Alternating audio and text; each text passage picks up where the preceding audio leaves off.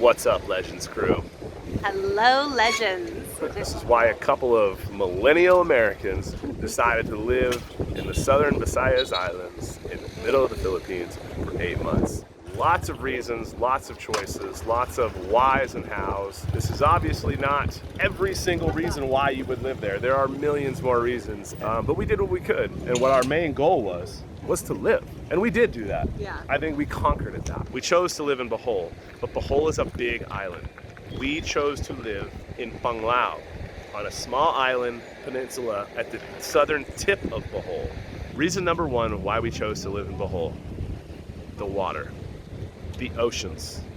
If you've been following along at all, and then you know that I'm a waterman by trade, by choice, and by passion. As a Florida man, I live to be in the water.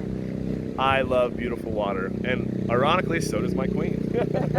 Not only is it some of the clearest, bluest, most beautiful water on earth, it has some of the most amazing coral reefs that you could ever see, just like the ones behind me. Bohol has, 85-degree air, 85-degree water all the time. Basically, it's heaven on earth for water and air temperature at all times. There isn't a day where you need a wetsuit unless you're down 25 meters plus for a couple hours a day. Other than that, no wetsuit, no clothes needed. Well, make sure you put on your swimsuit. Right, make sure you put on your swimsuit, unlike some people who keenly forget to do that around there. The ocean there, the reefs, they are teeming with life.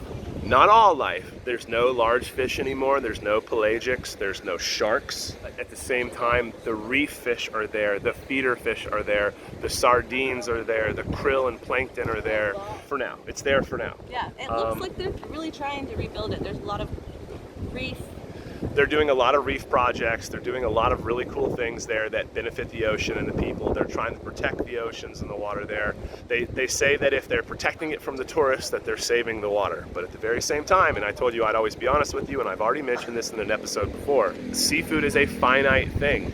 It's beautiful, there's fish everywhere, but there are no big fish. So for those of you that are scared of the water and scared of big scary fish, There's nothing to be scared of in that water. You will never see a shark, do not worry about it. I think I saw maybe 3 lionfish the whole time I was diving. The waters around Panglao are absolutely amazing for beginners. If you are a beginner or someone who is not accustomed to swimming in blue open water, or someone who's afraid of the water, there are plenty of secure and safe beaches where you can learn to swim. They have instructors, they have people to teach you, they have places you can rent scuba gear, they have places that even if you don't know how to swim, they'll put an instructor next to you, they'll put a life jacket on you, and they'll take you out and show you the ropes. It is a great place for both beginners and advanced and expert masters in both swimming and open water diving. Freediving. Panglao is literally like one of the freediving capitals of the world, okay? I was very, very blessed to meet Giorgio and his wife Deborah of Blue Freedom Apnea, a master freediving course and resort right there in the heart of Panglao. I'm using them as an example of how amazingly strong the culture of freediving is in Panglao. If you are going to experience it, make sure to check these guys out. I'll put their info in the description below, and it'll really give you an opportunity to see if you're someone who's in the freediving world, but you're just stuck on the other side of the world and you want to come really see what blue water tropical freediving is. Panglao is the place to go, and Blue Freedom Apnea is probably one of the best people to meet and talk to, okay? So me, myself, not being a strong swimmer, the beaches in Panglao were super perfect, beyond perfect for me personally to swim in, because I'm not a strong swimmer, but I wanted to see the ledge, and we didn't want to get a boat to go out every time. We could easily swim to the ledge. It was so close. Maybe like a 3-minute swim out to the ledge. The currents in Panglao are also very mild, so it makes it for a super easy swim. You're not out there fighting the currents, trying not to get washed away. You're super protected in majority of the beaches in Panglao. You want to make sure though, when you go to the beach, no matter what beach it is, that you are on the leeward side, meaning the windless side of the island. The waters of Panglao are teeming with life. Like Dagan said, it's not, big life, but it is life in itself. The sea turtles there are abundant. You will swim with sea turtles if you get in the ocean. The sardines are in Panglao constantly. If you get a chance to go to Napaling Reef and swim with the sardines, swim through them. It's so pretty. It's such a cool experience. Panglao offered us so many opportunities in so many different worlds.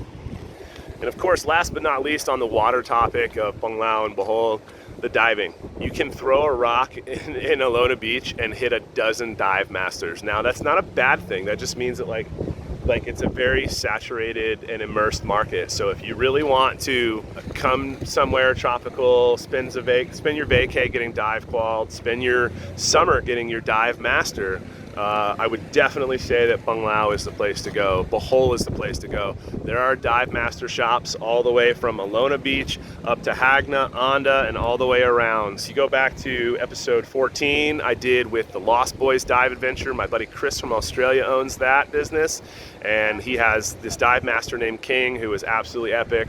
I definitely recommend checking them out if you're going to come down to Alona. If you're in the scuba diving world, the freediving world, the snorkel world, or you just want to swim in blue pretty water, you need to come and visit.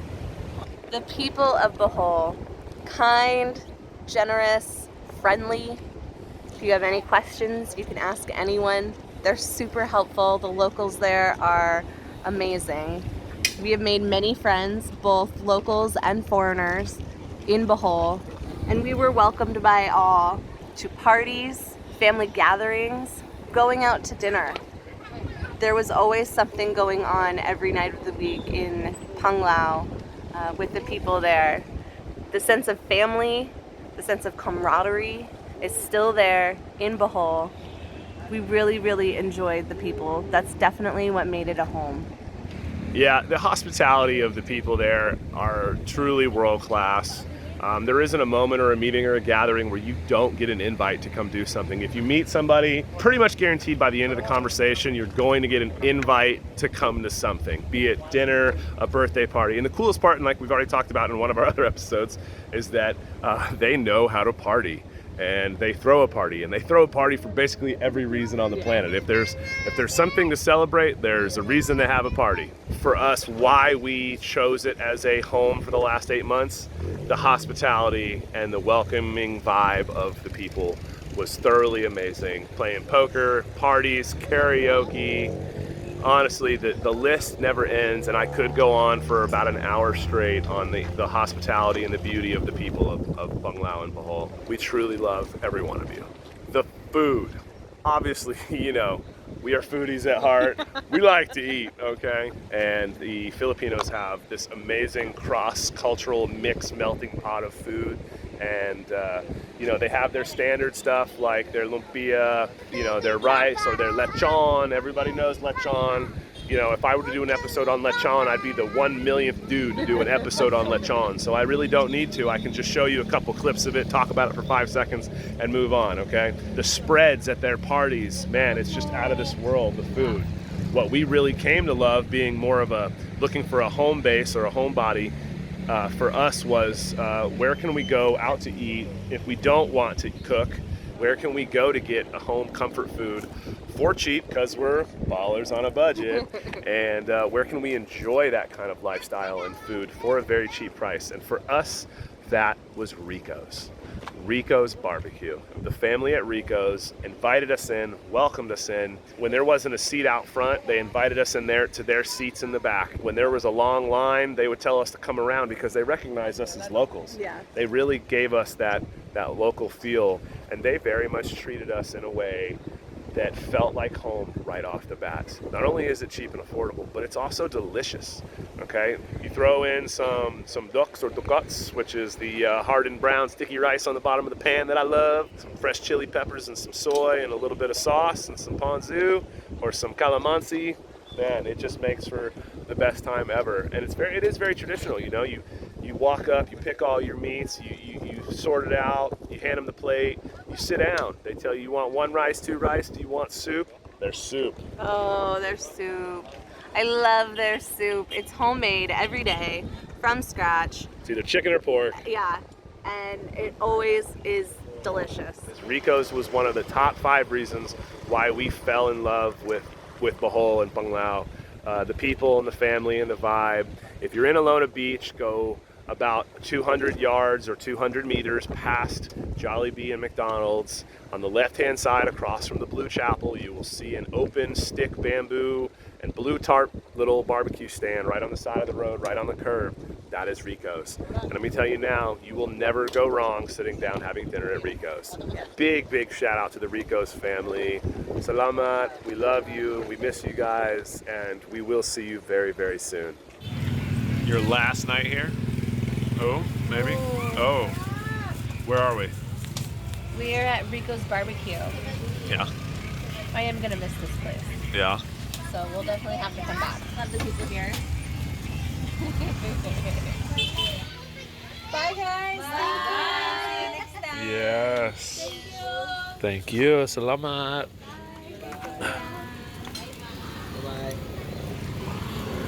The family structure is phenomenal. We have seen great-great-grandmothers down to great-great-grandbabies all in the same room, learning the same vibes, the same passions, practicing the same traditions, learning the same dances, Yeah. learning to cook the same recipes, and literally taking care of their own, okay? It is a thing. It's different in the way that most Westerners and common Westerners do it. We can definitely say that we come from a very broken family culture and tradition. There is not a lot of family strength much anymore in the Western world. And the big D divorce word's not even a freaking thought for them. They are there for each other. If a sister is in need, if an uncle is in need, if a mother is in need. Yes, the youthful next generations, they go out and live their life, but they live their life particularly so that they can support the elder generations. Yeah. They take care of their own, and that is a wonderful, wonderful, wonderful thing that we really, really, really love about it. It's something that we have to talk about. There's not much footage for it. I'm sure we've got a little B-roll for it to explain it to you, but it's really our words that matter here. The family structure and bond is phenomenal. You know, how often do you throw a party and go call your distant cousins, call your great-grandmother, and then bring your sister's kids with you to a party? Traditionally, most people from the West that are watching this, they don't do that. They go and party on their own. Yeah. Not in the Philippines. Not in anywhere like that, okay? They party together. Accessibility to beauty. No matter where you're going, you're paying for it in today's world. Not in Panglao and not in Bohol. Yeah. From private beaches to secluded, privately owned waterfalls to mountaintops to cliffs. Basically, if you want to go and you want to visit, they offer it. And there's pretty much free access to just about everything. Now you will see every now and then the occasional local scammers that come up and hit you with what's called a environmental fee. Just know it's coming, and just know there's probably not much if you're there short term that you can do about it. The only thing you can do if you do not want to pay an environmental fee or get hit with that, as we call it, white boy tax scam, is to just turn around and go somewhere else.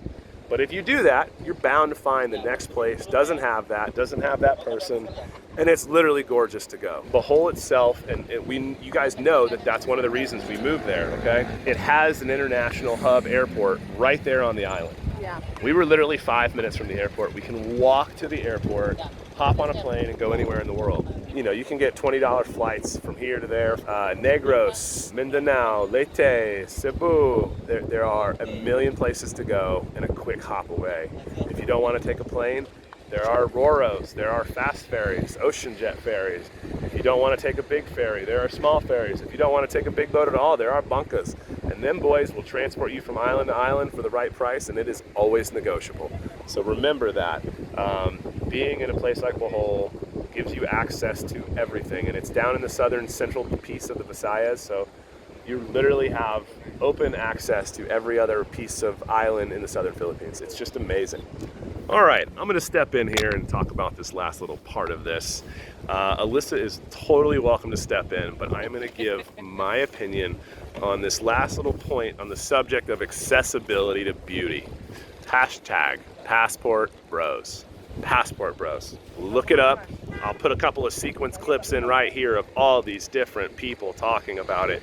PassportBros is a massive conversational topic right now. Why are the men of the Western worlds and countries abandoning everything they have, know, and were raised in on the west side of the world and coming to places like this because of the immediate accessibility to beauty, and beauty being physical. It's such a tiptoe careful conversation because there are those traditional islanders who are probably like, we don't want that. We don't want a mixed melting pot of our cultures. We don't want an invasion of white blood in our bloodstreams and cultures and genetics. We want pure islanders. I understand that. I respect that. I've seen that. I've seen that firsthand with the Native Americans in America, the Hawaiians in Hawaii. So I have seen that firsthand on my own. Even the Puerto Ricans, man. There are those that welcome the Western money and the Western invite and the Western men, and then there are those who do not. I stand neutral in this. I am simply speaking my piece on it and giving my quick and brief opinion on the matter, okay? The women are so eager and so ready to leave their Nipa hut life, leave their dirt floor life, and have some kind of gentrified Western cultural lifestyle that they are sitting there at the beach and in the bars with open arms, ready to accept whatever man you find is at fault for whatever reason not good enough for you in the Western world. There is some 20-year-old beauty in the Philippines who's willing to swoop him up to take the traditional route and treat these men like kings, like absolute kings. I have seen it firsthand. Alyssa has seen it firsthand. There is a old school mentality to the women here. And the beauty of it is that Alyssa's an old school woman. She would very much love to just sit at home, make babies, cook breads, and look cute and maintain the household while I go and do the work or bring in the income. And that is what these women are and who they are. Now, does that diminish the rights and pride of women worldwide? That's not for me to say. That's for you to discuss in the comments below. Let it flourish, you guys. Bring it on.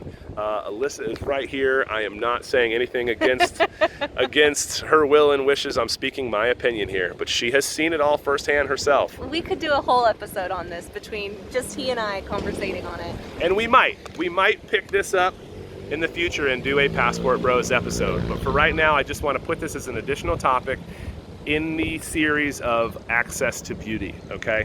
I'm gonna give a big heads up. If you are ex-military and have a pension coming in or medical disability, any kind of sustainable monthly income based on your term of service, right? Like if you're medically disabled and you have $4,000 a month coming in, if you're struggling in America right now and the world's not working for you and you're not anchored down, like we've talked about before, if you are truly free to get up and go, you need to sell everything you own right now, get up and go, and move to the Far East, because you could live like a king on what you're getting right now.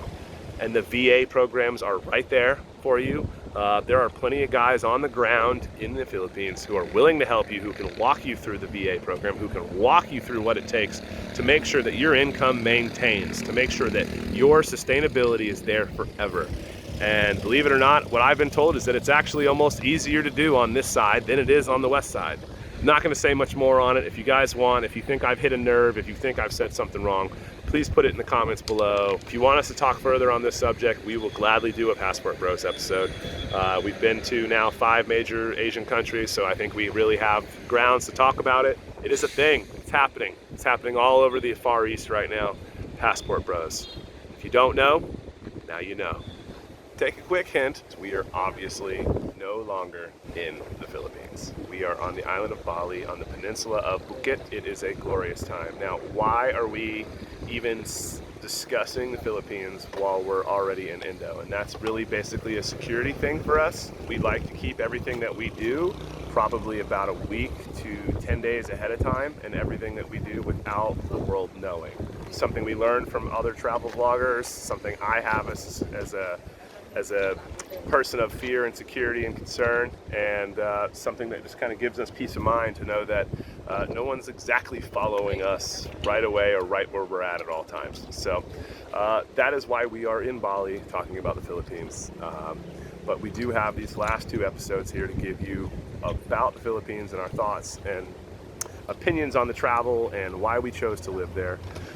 or if there's anything you think we missed or that we should talk about more, by all means let us know, and we will come back strong with that, okay? We came here with nothing and nothing in our pockets either, and we've made this work for almost a year straight now, and it is really beautiful what we have put together and what we have created from this experience and what we've learned and gained while doing this. Yeah. To wrap things up, the vibe, the culture, the water, the people, the food, it is truly an amazing place to come. If you get the chance, you get the opportunity, or you get the motivation, get up, come to Bohol, come to Panglao, do it. You're never going to regret making a decision like this ever in your life. You will never regret it. I agree. We haven't. No, we've grown and changed and grown closer. I'm not the same person anymore with all this travel that we've done. I have been humbled, I have been educated. I wouldn't trade it for the world. And yet I get to travel the world. Yep.